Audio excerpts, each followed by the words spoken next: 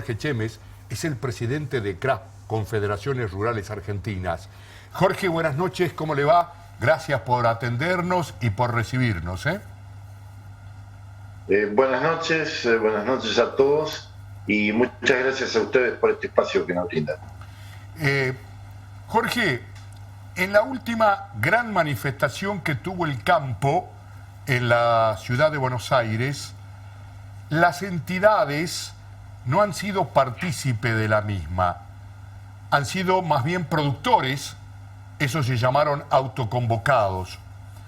¿Por qué no estuvo la mesa de enlace? ¿Por qué no estuvieron las entidades que representan a esos productores?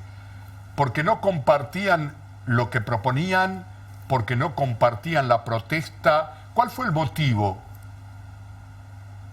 En realidad, el objetivo por el cual se llevó adelante la protesta lo compartíamos desde las entidades. Lo que seguramente o no estábamos de acuerdo es en la metodología de llevar adelante la protesta. Considerábamos que no era el momento ni el lugar para generar este tipo de evento o este tipo de acción. Sí considerábamos de que lo que veníamos haciendo, que es la labor y el trabajo con los diferentes referentes legislativos a nivel nacional, provincial, los gobernadores, tratar de ver a través de las legislaturas y los de diferentes referentes políticos de poder llevar adelante, otro tipo de acciones. Pero por sobre todas las cosas, no lo hicimos no porque sea un capricho de nosotros como presidentes o dirigentes de las entidades, sino porque estábamos cumpliendo el mandato de la mayoría de nuestros representados. En nuestro caso, en el caso de Confederaciones Rurales Argentinas, de 16 confederaciones, 13 decidieron no compartir este tipo de metodología, solamente 3 sí estuvieron de acuerdo, pero sí, por supuesto, seguir trabajando, como les decía recién, con otro tipo de herramientas, que es la que me refería recién. Vuelvo a insistir, esto no significa que no hayamos o no estemos compartiendo el objetivo que definitivamente es lograr toda la liberación de las exportaciones y todos los objetivos que planteamos nosotros como necesidad para el campo. Ahora, en esa metodología que ustedes quieren llevar adelante, digamos, ¿está el diálogo? ¿Están conversando con el gobierno? Sí, por supuesto. El diálogo siempre está abierto. Por supuesto que los resultados que se van obteniendo con respecto a este diálogo no es exactamente, o no son exactamente los que necesitamos y los que venimos buscando. Pero sí creemos que en la labor que realizamos con la legislatura, el objetivo está en que nuestra protesta se transforme en leyes. ¿Y por qué planteamos esto? Porque creemos que es la alternativa más segura. Si logramos transformar estas protestas en leyes, vamos a conseguir de alguna forma que ningún funcionario venga y cambie las reglas de juego a mitad de camino y en el momento que se les ocurra con cualquier resolución o con cualquier decreto. Por eso el trabajo que hacemos tal vez sea silencioso, no sea un trabajo que genera un protagonismo más fuerte, pero creemos que es el que puede lograr el verdadero objetivo y más seguro a mediano y a largo plazo. Ahora, ¿qué idea tienen ustedes o qué pensamiento tienen frente al último discurso de la vicepresidenta que prácticamente los mandó a leer la Constitución? Bueno, no sorprende desde este gobierno que ocurran estas cosas. Creemos realmente que este gobierno y, por supuesto, básicamente el kirchnerismo, no tiene claro lo que significa el campo para la República Argentina. Sin duda que nos ven solamente como una fuente de recursos fiscales, o sea, para obtener impuestos o que paguemos impuestos. No tienen un objetivo claro, ni tampoco pueden entender que un sector que genera el 80% de los recursos que necesita un país, sin ninguna duda, en lugar de atacarlo y generar las acciones que vemos a diario tendrían que estar incentivando para que cada vez produzcamos más.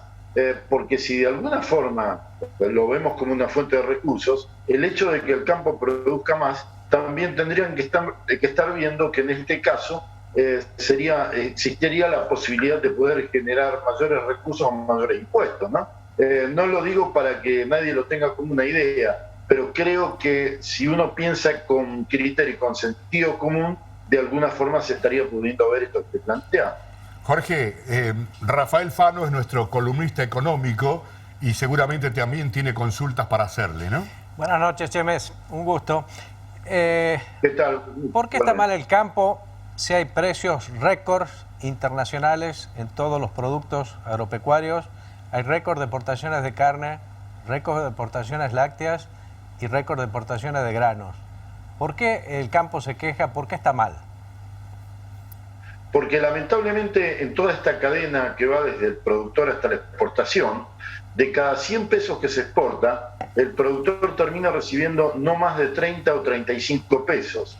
Tenemos una alta carga impositiva, que por supuesto dentro de esta carga impositiva tenemos el componente de retenciones, donde realmente el Estado se queda con la mayor parte de toda esta torta, si le podemos llamar así.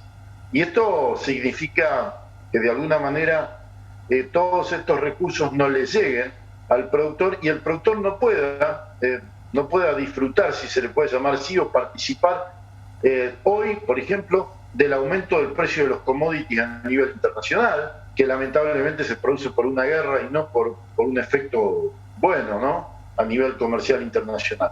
Pero lamentablemente ese es el principal factor por el cual vemos que los precios internacionales son buenos, que los mercados están sostenidos en la demanda y que el productor lamentablemente no llega a tener esto. Y un ejemplo de esto no son solo las retenciones, sino el doble mercado cambiario que tenemos, donde exportamos a $1 para redondear cifras de 100 pesos y lamentablemente los insumos, la mayoría, tenemos que pagarlo a valor de $1 paralelo, no casi el doble. Bien, ahora, el campo hoy está produciendo más, menos, está media máquina, está full, ¿cómo está la situación? Hace 20 años que lamentablemente la producción agropecuaria está estancada y esto no es una casualidad, esta es la resultante de la falta de políticas de Estado, la falta de incentivos, de una política que realmente genere un incremento, genere incentivos para que cada día produzcamos más. Toda esta falta de medidas termina generando un escenario de falta de confianza, de un horizonte poco claro, y por eso es que vemos que realmente, a pesar del potencial que tiene la Argentina para poder producir, estamos estancados, como decía recién. En cuanto a la cantidad de productores, ¿cómo está la pirámide entre pequeños, medianos y grandes? ¿Hay menos cantidad de productores en general que hace 10 años, que hace 20 años? ¿Van creciendo? ¿Cómo está la situación? El número total de productores se mantiene, la proporción es la que cambia. Ha habido una desaparición importante de productores medianos y chicos y se ha generado un nivel de concentración que se va acentuando cada día. Esto básicamente es porque el productor mediano y chico no tiene un basamento financiero o una estructura financiera como para poder soportar en el tiempo esta falta de rentabilidad y el deterioro que se produce en la rentabilidad por la falta de políticas. Y esto es claramente lo que vemos inclusive a nivel del campo. Vemos la desaparición de ese productor mediano y chico que vivía en el campo, que generaba arraigo y que de alguna forma ha sido el que ha generado ese crecimiento durante muchos años de la producción agropecuaria. Jorge, como usted dijo, el campo es uno de los sectores económicos más importantes de la República Argentina. Estas confrontaciones, enfrentamientos, debates que tiene el gobierno entre los dos sectores que lo componen, ¿los perjudica? ¿Temen que pueda agravar la situación? No hay ninguna duda. Cuando vemos esta confrontación o este enfrentamiento de diferentes objetivos, sin duda que es peligroso, es algo que mantiene frenada la producción y que sin duda, como vemos hoy, que se lo califica al campo en lugar de un beneficio, como muchas veces se ha planteado como un sector que le hace mal al país. Todas esta falta de reconocimiento, todo este lugar equivocado que se nos pretende hacer ocupar, no hay ninguna duda que juega en contra. Juega en contra porque acá lo que hay que apuntar es a que el sector crezca. Si tenemos un sector que es dinámico, que por supuesto es muy eficiente y que genera, como decíamos, todos estos recursos, habría que incentivarlo para que cada día sea más grande. Y acá, lamentablemente, se está haciendo todo lo contrario a lo necesario para que esto ocurra. Sí, Chemes, hoy Carlos Melconian, de la Fundación Mediterránea, un economista liberal, dijo que en su programa que están preparando para el futuro gobierno, sea quien gobierne, incluye dentro de ese plan económico que las retenciones se bajen gradualmente en 10 años. Si desde la Fundación Mediterránea, que es muy agropecuaria o muy afina al campo, se proclama eso, da la impresión que las retenciones llegaron a la Argentina para no irse nunca. Yo creo que pensar en la Argentina en forma inmediata o a corto plazo en eliminar absolutamente las retenciones, no digo que sea una utopía, pero sí algo difícil de conseguir, sobre todo porque la estructura impositiva y los recursos del país se han desarrollado, de los gobiernos, no digo solamente de este gobierno, sino de muchos años, se han ido acrecentando en base a lo que son las retenciones. Y sobre todo, cuando se depende de las exportaciones agropecuarias, es muy difícil eliminarlas inmediatamente.